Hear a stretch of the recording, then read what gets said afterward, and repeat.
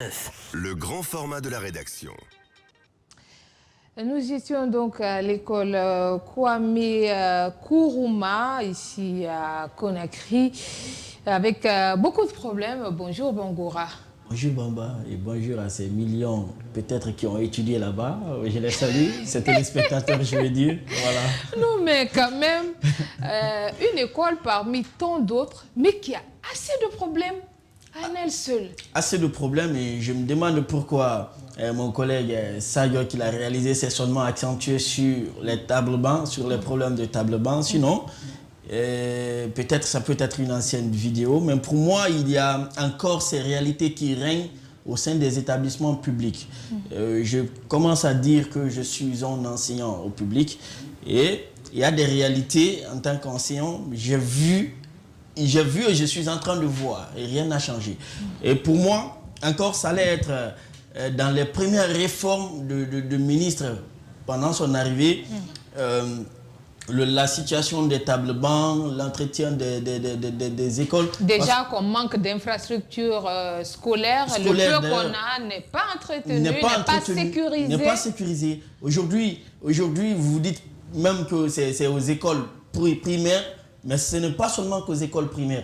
Allez-y là où il y a aussi le collège. Je ne vais pas citer le nom des écoles, mais allez-y là où il y a aussi le collège et le lycée. Les grands gaillards, parfois ils sont assis à 5 par banc, 6 par banc. Est-ce que ce qui est aussi déplorable dans ça, Bomba, c'est quoi? Même dans les universités, hein? Même dans les universités du pays. Même dans les voilà, universités il faut sortir à 3h, 4h du matin pour avoir de la place, être devant. Voilà, et là, il faut aller, ces directeurs, ce qu'ils vont trouver comme argument, c'est quoi? Allez-y là-bas, monsieur, nos tables bancs sont cassés. Mais moi, je me dis, si ces tables bancs sont cassés, à qui la responsabilité de les arranger? À qui de remonter l'information pour trouver solution? Et si on laisse les enfants étudier dans une telle condition, comme on la voit dans la vidéo, c'est vraiment atroce. C'est vraiment atroce. Les APAE peuvent servir quand même à retaper ces tables bancs, ça existe au moins. Ça quand même. Parce qu'à chaque année, vous m'avez même rappelé, à chaque année, à l'ouverture, ils réclament quand même l'argent, ce qui n'est même pas autorisé. Les APAE qui grimpent en plus chaque année. Merci. Ce qui n'est même pas autorisé d'ailleurs, mais ils récupèrent 300 000 les frais du banc. Je vous dis, ils récupèrent 300 000 par élève. Vous imaginez combien d'élèves au sein d'un établissement public? Combien d'élèves? Vous récupérez 300 000 par élève. Il y en a même qui partent au-delà. Je parle en connaissance de cause. Mais si vous récupérez ça, vous n'avez plus besoin d'attendre le ministre maintenant de l'éducation pour vous aider à arranger les bancs sur lesquels quand même vos élèves s'asseyent. Il faut trouver solution. Vous avez quand même récupéré l'argent pour ça. Et ça ne fait même pas partie parce que c'était formellement interdit que les élèves payent, les élèves du public bien sûr, payent les frais là pour être à l'école. Mais je vous assure, Bamba, qu'il y a de ces écoles aujourd'hui qui récupèrent cet argent. La plupart même. La plupart d'ailleurs. Mais si vous prenez au-delà des tables bancs, allez-y voir aussi les images des écoles publiques guinéennes. C'est autre chose. Vraiment. Des fissures sur les murs. Et vous avez même vu dans la vidéo, pas seulement que Kwame Nkrumah. Déplacez-vous, allez-y et faites des enquêtes à partir d'aujourd'hui, vous verrez. Dès que vous trouvez deux couleurs de jaune, rouge, c'est une école publique. Là, c'est comme ça on indexe les écoles publiques. Mais contournez, s'il vous plaît. Peut-être que si la facette est bonne, allez-y derrière. Vous verrez que les murs sont en état, je ne sais pas quoi, comment les qualifier. Et ce qu'ils vont trouver aussi, les responsables des établissements, ce qu'ils vont trouver là-bas aussi comme argument, c'est quoi? C'est de dire que non, c'est les jeunes du ghetto ou c'est les jeunes du quartier qui viennent fumer pour venir fumer. Oui, tout ça, c'est parce que l'école n'est pas en sécurité. L'école n'est pas en sécurité. On parlait de sécurité donc dans ce grand format. La dame qui dit qu'ils ne sont pas du tout en sécurité parce que déjà, il y a un chemin qui passe dans l'école et ce n'est pas clôturé, il faut le dire. Les murs on a vu les murs qui sont percés de part et d'autre, qui ne sont même pas hautes. Il faut ce côté sécurité aussi, hein, surtout, évidemment, parce qu'on a vu que c'est des enfants qui sont là.